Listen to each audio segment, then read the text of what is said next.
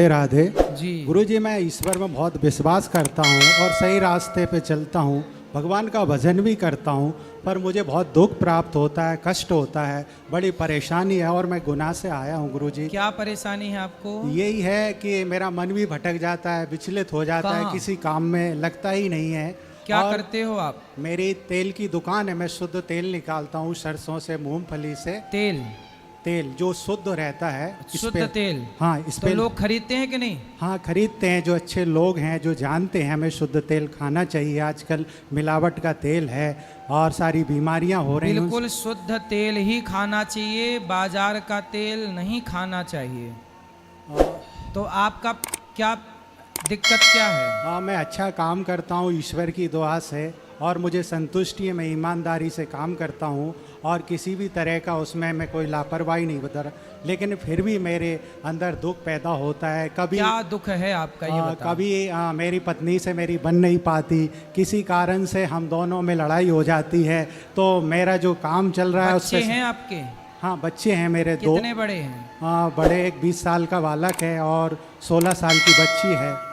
अच्छा, तो पत्नी आपसे लड़ लेती है, आप लड़ते हो कि पत्नी लड़ती हाँ है? मतलब मैं ही कुछ उस पर शक शंका करता हूँ इस तरीके की कि तो आप कोई ऐसा संदेह क्यों करते हो अपनी पत्नी पे? कि ऐसा आपका कोई चक्कर तो नहीं चल रहा, मैं तो ईमानदारी से काम कर रहा हूँ। तो उसने कहा कि आप ही गलत हो, मैं तो गलत हो नहीं हूँ। तो इस वजह से मैं तनाव और टेंशन में चला जाता हूँ। परंतु आप व्यर्थ में ही पत्नी पर झूठा आरोप लगाएंगे तो आप कैसे सुखी रहेंगे और पत्नी कैसे सुखी रहेगी? इसलिए रिश्ते संदेह से नहीं चलते, श्रद्धा से चलते हैं। पत्नी पर श्रद्धा रखो, है ना? और पत्नी जो है वो गलत नहीं है, आपके साथ खड़ी है कंधे से कंधा मिलाकर। यदि आप कह रहे हो कि ये गलत है तो एक बार उसे देखो कि कहाँ गलत है। बिना प्रमाण के किसी को गलत कहना भी तो पाप है ना। आप कैसे कह सकते हैं किसी को कि ये गलत है? इसलिए आपकी पत्नी, अब कितने उम्र है आपकी पत्नी की? वही 40 साल उम्र है। अब 40 साल में कहाँ भटकेगी? अभी भी मन भटक रहा है 40 साल में? नहीं तो मैं इस चीज़ से बड़ा परेशान रहता हूँ। मैंने तो कहा आपको कन्फर्म है कि किसी के साथ चक्कर है? हाँ कन्फर्म, मैंने कभी देखा तो नहीं, लेकिन मुझे ऐसा महसूस होता है कि इसका कहीं ना कहीं कुछ चक्कर चल रहा है, इसलिए मुझे वो ढंग से बात भी नहीं करती, ऐसा मुझे फील होता है। कितने साल से? 2-3 साल से मैं देख रहा हूँ। पहले मैं अच्छा, तो 2-3 साल पहले उसका व्यवहार अलग था आपके प्रति, अच्छा व्यवहार था? हाँ मतलब अच्छा व्यवहार था और मेरे साथ अच्छा वार्तालाप था। अब कुछ दिनों से ऐसा मुझे लग रहा है कि उसका वार्तालाप भी ठीक नहीं है और वो मेरे से ढंग से बात भी नहीं करती, इस वजह से। तो फोन पे आप जब फोन लगाते हो तो बिजी रहता है, कहीं चेक नहीं करते मोबाइल? वो अपने माता पिता से, अपनी बहनों से ज़्यादा बात करती रहती है, इसलिए तो हमारे माता पिता से हमसे थोड़ा उसका लगाव कम है, तो इस वजह से भी बड़ी। तो कभी गलत चक्कर होता तो आपके बच्चे तो कभी देखते? तो बच्चों से पूछा आपने, कभी देखा है ऐसा? बच्चे तो मेरे बाहर रहते हैं, कोटा रहता है, एक बेटी है वो वहीं गुनाह रहती है, वो भी तैयारी करती रहती है, तो उसको भी इस चीज़ से कोई ज़्यादा वो नहीं है। अब मैं इसलिए कहा कि मैं चिंतित परेशान हूँ, तो मैंने कहा वृंदावन चलते हैं और भागवत वहाँ चल रही है, हो सके गुरुजी अपने मार्ग को बदल दें और इन गलत। तो पत्नी आई है? नहीं वो तो नहीं आई, मेरी उनसे लड़ाई हो गई।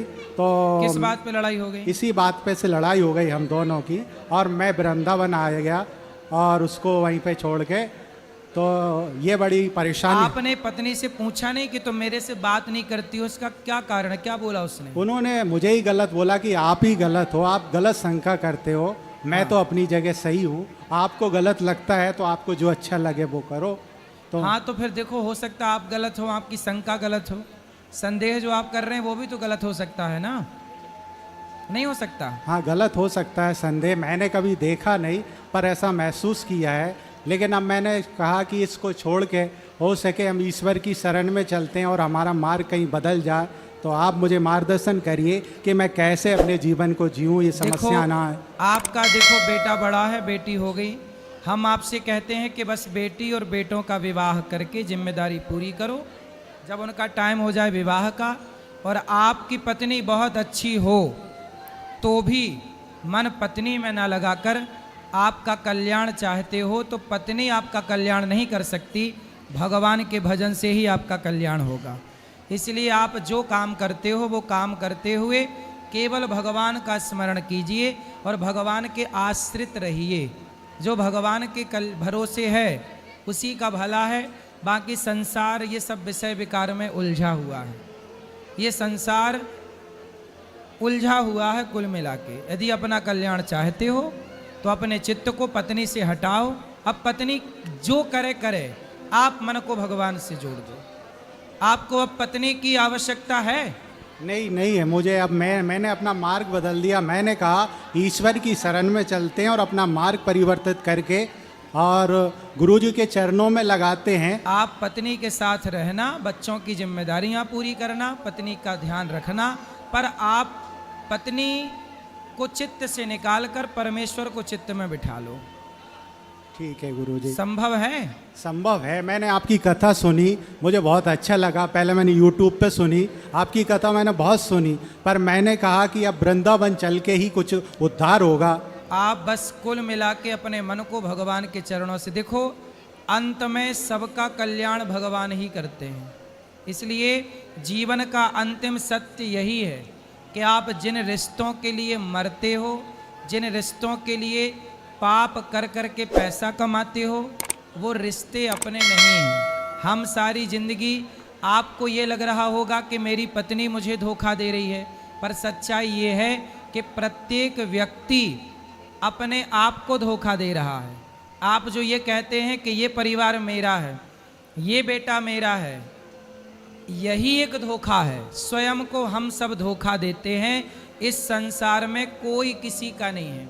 अभी विमान हादसा हुआ, विमान हादसा होती सैकड़ों लोगों की मृत्यु हो गई। बताओ, मर जाने के बाद उनकी क्या जिम्मेदारी है? सब चले गए कि नहीं? सब जहां का तहां छोड़ के चले गए कि नहीं? जिंदा थे तो कितने सपने थे, कितने आगे की प्लानिंग थी, क्या कुछ नहीं था। लेकिन जब चले गए तो क्या रहा? ऐसे ही एक दिन हम और आप चले जाएंगे। फिर दुनिया हमारे और आपके बारे में कहेगी, देखो चले गए, क्या लेकर गए। लेकर कोई कुछ नहीं जाता, बस एक दूसरे की कहानियां सुनाते हैं कि देखो वो क्या लेकर गए। अरे मैं भी मरने वाला हूँ, जब मैं मरूंगा तो मैं भी क्या लेकर जाऊंगा। इसलिए मेरे संग कोई जाएगा तो केवल भगवान का भजन। इसलिए आप भी पत्नी की जिम्मेदारी पूरी करो, बच्चों की जिम्मेदारियां पूरी करो। मैं ये नहीं कहता कि जिम्मेदारियों से भाग जाओ, मैं ये कहता हूँ कि जिम्मेदारियां निभाते हुए ईश्वर से मन लगाओ, ईश्वर का चिंतन करो, क्योंकि एक दिन हम सब मर ही जाएंगे। और मर जाने के बाद ना पत्नी काम आएगी, ना पुत्र काम आएगा। पुत्र को कितना भी पैसा दे दो, प्रॉपर्टी बनाकर दे दो, लेकिन दुनिया कभी आपकी 1000 अच्छाइयों को ना देखकर दुनिया केवल आपकी एक गलती निकालेगी। आप परिवार के साथ कितना भी अच्छा करो, लेकिन परिवार जब तक उसका स्वार्थ होगा तब तक दुनिया आपको अच्छा कहेगी। स्वार्थ निकल जाने के बाद लोग आपको ही बुरा सिद्ध करने पर लग जाएंगे कि आप ही गलत हो। सब कोई अपने को सही मानता है और सामने वाले को गलत मानता है, और इसी गलत फहमी में हम जी के मर जाते हैं। मरने वालों से पूछो कि तुम इतने साल जिए हो, क्या पाए इस जिंदगी से? सबसे सवाल है ये। हर व्यक्ति से पूछो कि आप 50 साल जिए, 70 साल जिए, 90 साल जिए, बताओ इस जिंदगी से आपने क्या पाया, इस जिंदगी ने आपको क्या दिया? क्या उत्तर होगा? आपसे सवाल पूछूं मैं कि आपने आज तक क्या पाया, बताओ। कुछ नहीं पाया मैंने गुरुजी, लेकिन अब मैं पाने के लिए भागवत की ओर चला हूँ। अच्छे रास्ता मुझे सुनने के बाद मिला। आज तक कोई कहे कि मैंने पैसा पाया, कोई कहे मैंने बच्चे पाए। बच्चे तो कुत्ता बिल्ली भी पाते हैं, परिवार तो सबका होता है, लेकिन क्या ये परिवार मेरा साथी है? कोई परिवार किसी का साथी है? कोई किसी का रक्षक है? इसलिए जब द्रौपदी की साड़ी उतारी जा रही थी तब द्रौपदी के सारा परिवार, सारे अपने वहीं बैठे थे, पर रक्षक बने तो वो भगवान बने जिसको द्रौपदी ने सबसे आखिरी में पुकारा। जिनको सबसे पहले पुकारा वो तमाशा देखते रहे, और जिसे सबसे आखिरी में पुकारा वो श्री कृष्ण ने द्रौपदी की लाज बचाई।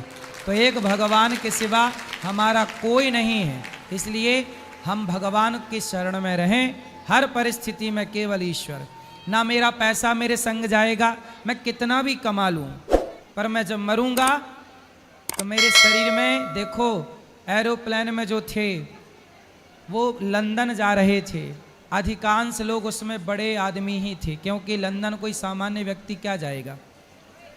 लेकिन जब वो हादसे का शिकार हुए तो देखो शरीर के कपड़े भी जल गए सबके। आदमी सारी जिंदगी हाय हाय करके मरता है, लेकिन सच्चाई ये है कि हम नंगे ही आए थे और ऐसे ही जाएंगे।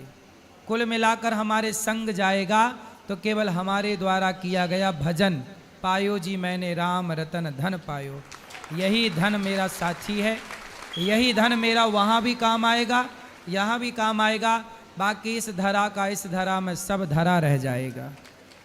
यही सत्य है। इसे आप आज मान लो, 1 महीने बाद मानना, 1 साल बाद मानना, या कभी मत मानना, सबके लिए सच्चाई तो यही है। सच्चाई आपके लिए अलग हो या आपके लिए नहीं, सबके लिए एक सी ही है।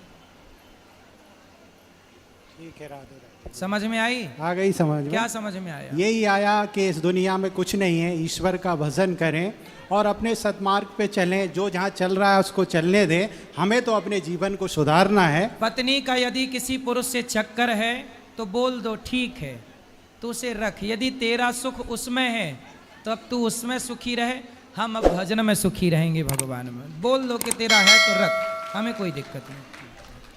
मेरा तो सिंपल फंडा है कि जो व्यक्ति जहाँ खुश है भैया, हमारा काम है समझाना, धर्म की बात बताना।